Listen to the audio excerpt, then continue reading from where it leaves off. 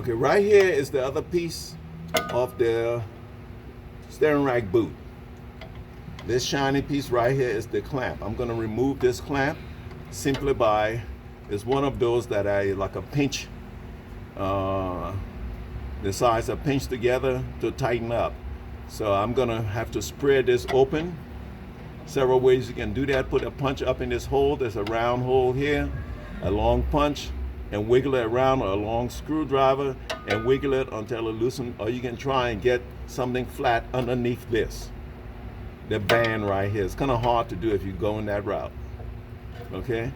Or what I'm doing now is trying to slide it in here underneath this side of the boot. And as you can see, it's moving, but I need more leverage. So let me get that out, then we'll go back to filming. Okay, this is the piece I was trying to get off. That's the clamp right here.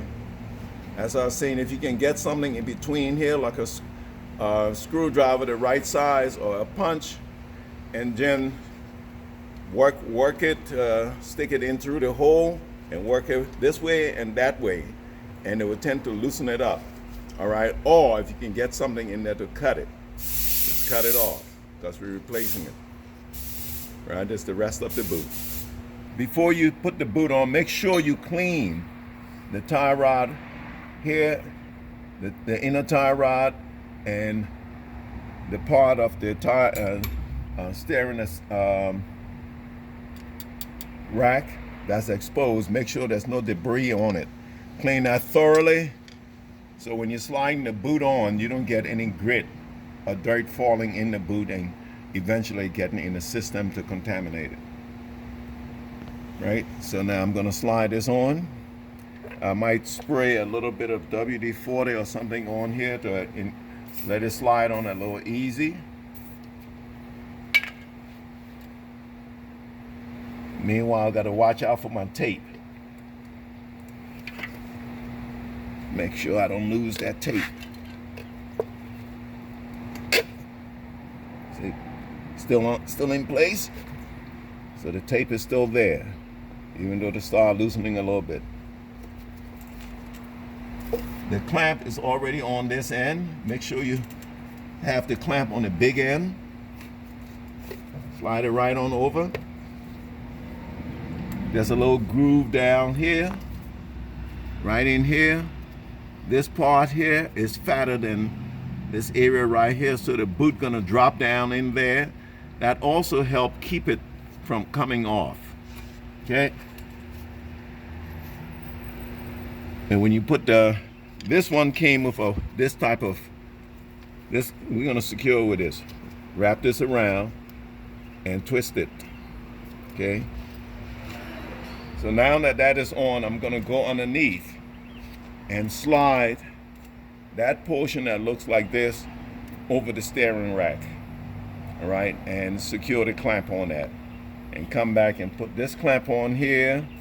At this stage, before I even do that, I can run my nut back up.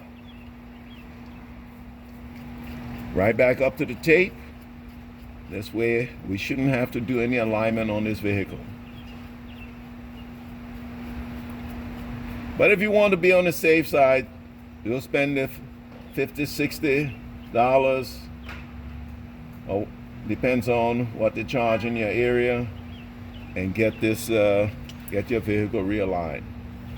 Okay, and I'll put a little bit of anti-seize grease on here before I put this on. I should have done that before I put the nut on, but I didn't.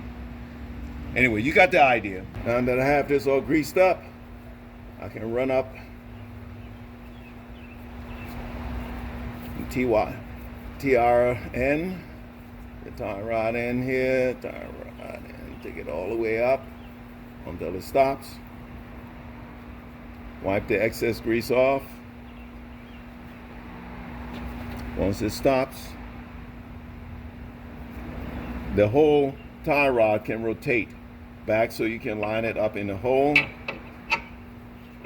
Okay, once it lined up in the hole, you put your castle nut on.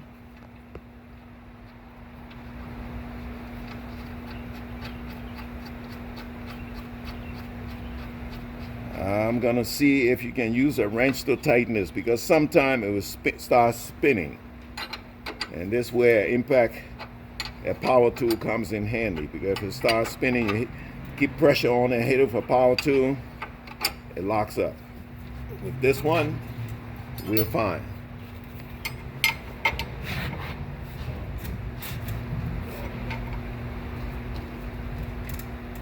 Again, look up the torque if you need to know. If you're a perfectionist and want everything to factory setting, look up the torque. I've been doing this long enough to know that even if I leave the nut off, the cotter pin off, I'm not going to lose that nut. But don't try that. It's always safer to put the cotter pin in. You got to turn this. There's a hole in the threaded part of the ball joint, of the tie rod end. Make sure that hole lines up with one of these castles cut out here.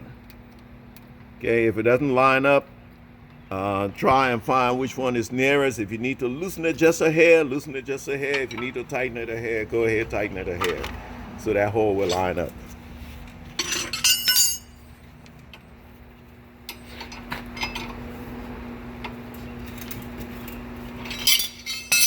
We're using the same old cotter pin. Stick it back in the hole, tap it in, and the end that comes out back here, bend that over. Okay? You can bend, there's two pieces to stick out. You can bend it both the same way. You can bend them one in one direction and one in the opposite direction. All right? And they won't come, your nut will not loosen after that, so you're safe. You leave the tape on, tape it off, doesn't really matter, but I'm taking it off. Then, must make sure you lock this nut. You must lock this nut. That's why it's called a lock nut, a locking nut. So if you don't lock it up against this rod gonna rotate. If it rotates, it's going to rotate in that direction. Then your wheel going to get pushed out more this way. Or if the nut loosens up and run down the thread, it will rotate in the opposite direction, which will have your wheel to toe in. One way makes it toe out, the other way it toes in. All right. Now I'm going to go underneath and take care of that.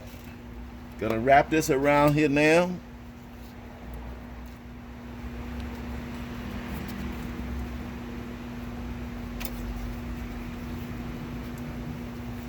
It's just simply like that. Okay, but I'm gonna use a pair of pliers to squeeze onto here and then keep twisting it until it's tighter. And any excess I'll cut off or just wrap it around again so it don't be hanging. Okay? The wire wrap that they gave me to wrap around here, by the time I twisted it 2-3 times, it snapped. It's nothing easier than a good quality plastic tie. This is not gonna come loose or anything. This is on there. Okay? I might end up using plastic ties on the inside. Like I say, you must use a decent quality stuff, because some of those plastic ties, you go to pull them, they snap. All right.